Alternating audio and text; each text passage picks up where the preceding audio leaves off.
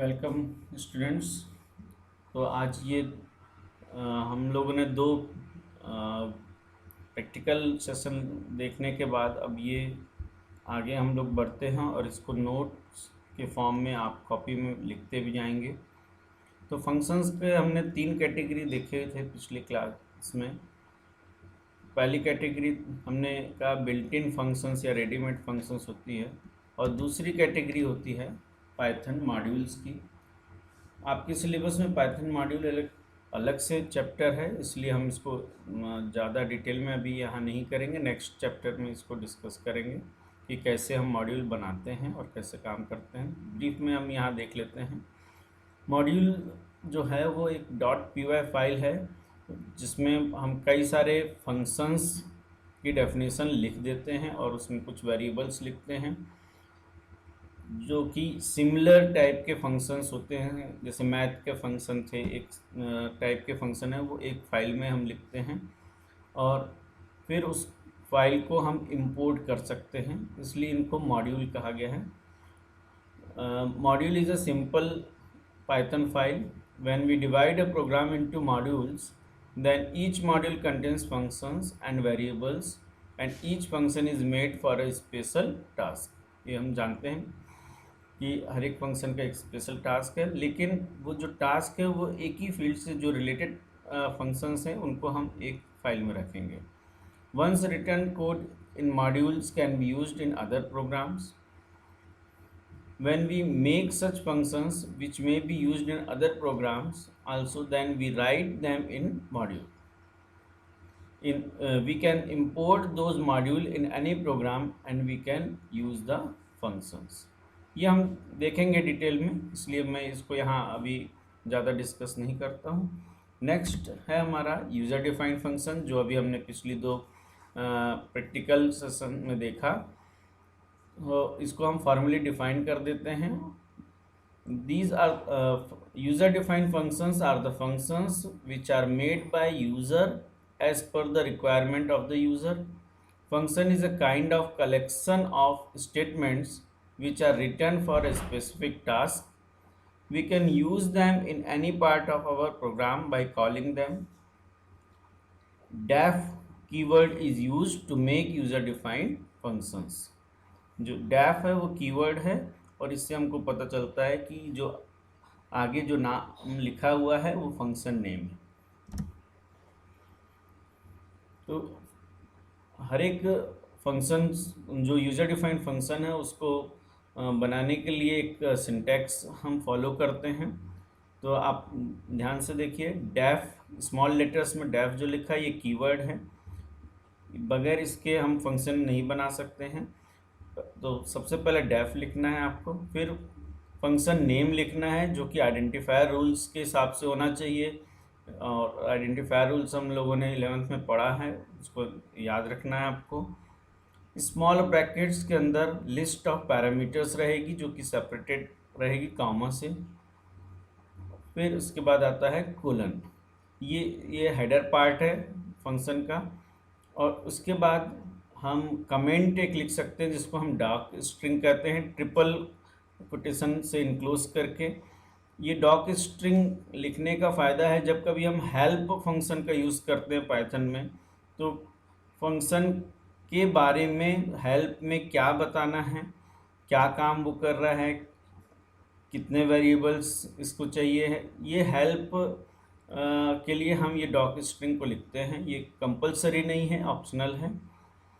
और इसके बाद हम फंक्शनैलिटी जो है वो लिखते हैं। ये इंडेंट होती है, 4 स्पेस छोड़ करके हम ये लिखते हैं, जिसको कि हम फंक्शन के डेफिनेशन या फंक्शन की बॉडी हम कह रहे हैं।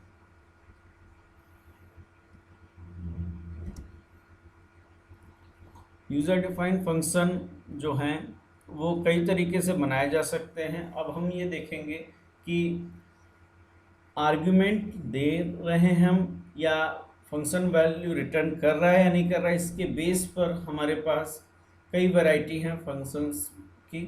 यहाँ पर पहला ये जो है वैरायटी वो है user defined functions without argument and without return. मतलब फंक्शन को ना तो हम कोई वैल्यू दे रहे हैं और ना ही वो हमको कोई वैल्यू रिटर्न कर रहा है।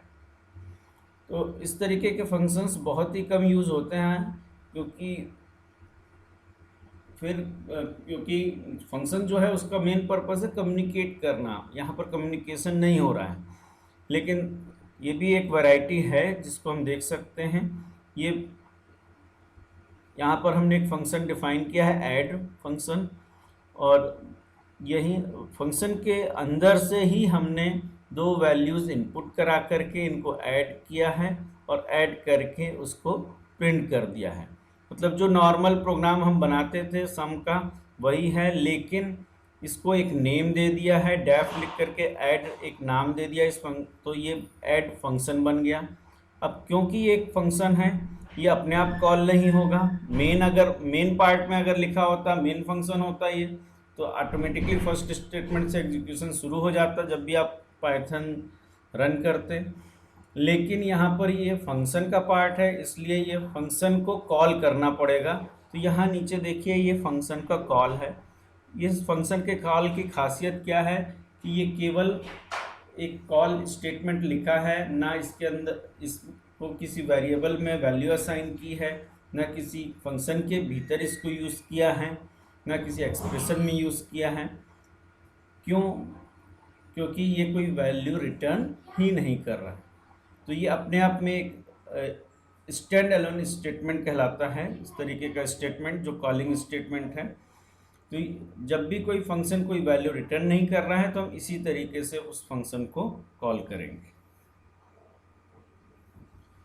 दूसरा जो फंक्शन है वो है function with argument and without return.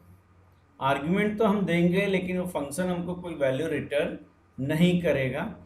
Value return ना करके वो डायरेक्ट प्रिंट कर देगा तो भी हमारा काम हो जाता है। तो यहाँ पर यही हो रहा है कि हम वैल्यू आर्ग्यूमेंट तो ये ले रहा है, मतलब दो वैल्यू इसके अंदर हम पास करेंगे, लेकिन ये कोई वैल्यू रिटर्न नहीं करेगा। रिटर्न करने की जगह यहीं से वो डिस्प्ले कर देगा। अगर ये रिटर्न करता तो भी मेन में हम ले करके उसको डिस्प्ले करते, वही पर्पस उसने यहाँ पर पूरा कर दिया है। तो इसलिए यहाँ पर रिटर्न बगैर करे भी हमारा काम चल जा रहा है। तो ये चेंज किया है, फंक्शन वही है add A B C is equal to A plus B करके हमने प्रिंट कर दिया द सम इज सी।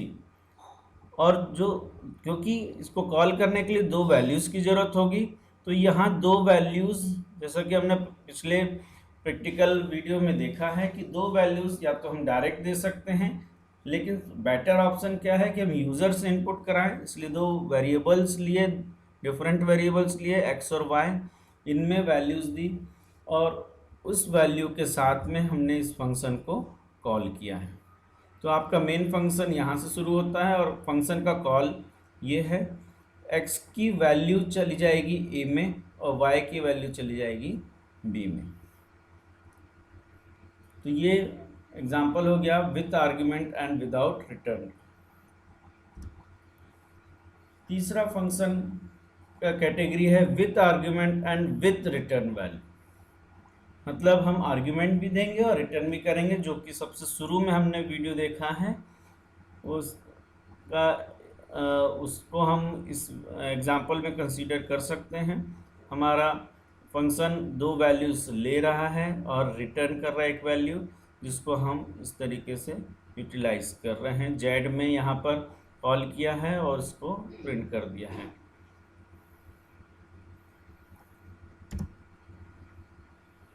कभी कभी हमारा फंक्शन मल्टीपल वैल्यूज़ भी रिटर्न कर सकता है। ये फैसिलिटी केवल पाइथन में है, दूसरी प्रोग्रामिंग लैंग्वेजेस जैसे सी या C++ में ये फैसिलिटी नहीं है। वहाँ फंक्शन की एटमोस्ट वन वैल्यू रिटर्न कर सकते हैं, जबकि पाइथन में हम एक से ज़्यादा वैल्यू भी रिटर्न कर सकते हैं। तो यहाँ एक एग्जांपल दिया है, कैलकुलेटर का प्रोग्राम हमने बनाया है जिसमें दो वैल्यूज़ हम दे रहे हैं a और b, और इसके अंदर हमने 4 ऑपरेशन परफॉर्म किए हैं, addition, subtraction, multiplication and division, और इन चारों वैल्यूज़ को हम रिटर्न कर रहे हैं, रिटर्न, ऐड, सब, मल, डिव। तो जब हम एक साथ कई वैल्यूज़ रिटर्न करेंगे तो ये ऑटोमेटिकली एक टपल के फॉर्म में आ जाता है। तो इसको हम यहाँ पर देखें कैसे हो रहा है काम। x इनपुट कराया, y इनपुट कराया, और इसके बाद हमने लिखा p q r s, क्योंकि ये 4 वैल्यू रिटर्न करेगा इसलिए हमने 4 वेरिएबल ले लिए। हमने टपल का पैकिंग और अनपैकिंग पढ़ा हुआ है, यहाँ अनपैकिंग का यूज़ हुआ है। तो 4 वैल्यूज़ को लेकर के फंक्शन को कॉल किया, तो जो वैल्यू रिटर्न होगी, ऐड की वैल्यू p में चली जाएगी, सब की वैल्यू q में चली जाएगी, मल की वैल्यू r में चली जाएगी और div की वैल्यू s में चली जाएगी। और इसके बाद हम इनको वैल्यूज़ को यहाँ प्रिंट का यूज़ करके डिस्प्ले करा देंगे। तो ये एग्जांपल है जहाँ हम मल्टीपल वैल्यूज़ को एक साथ रिटर्न कर रहे हैं।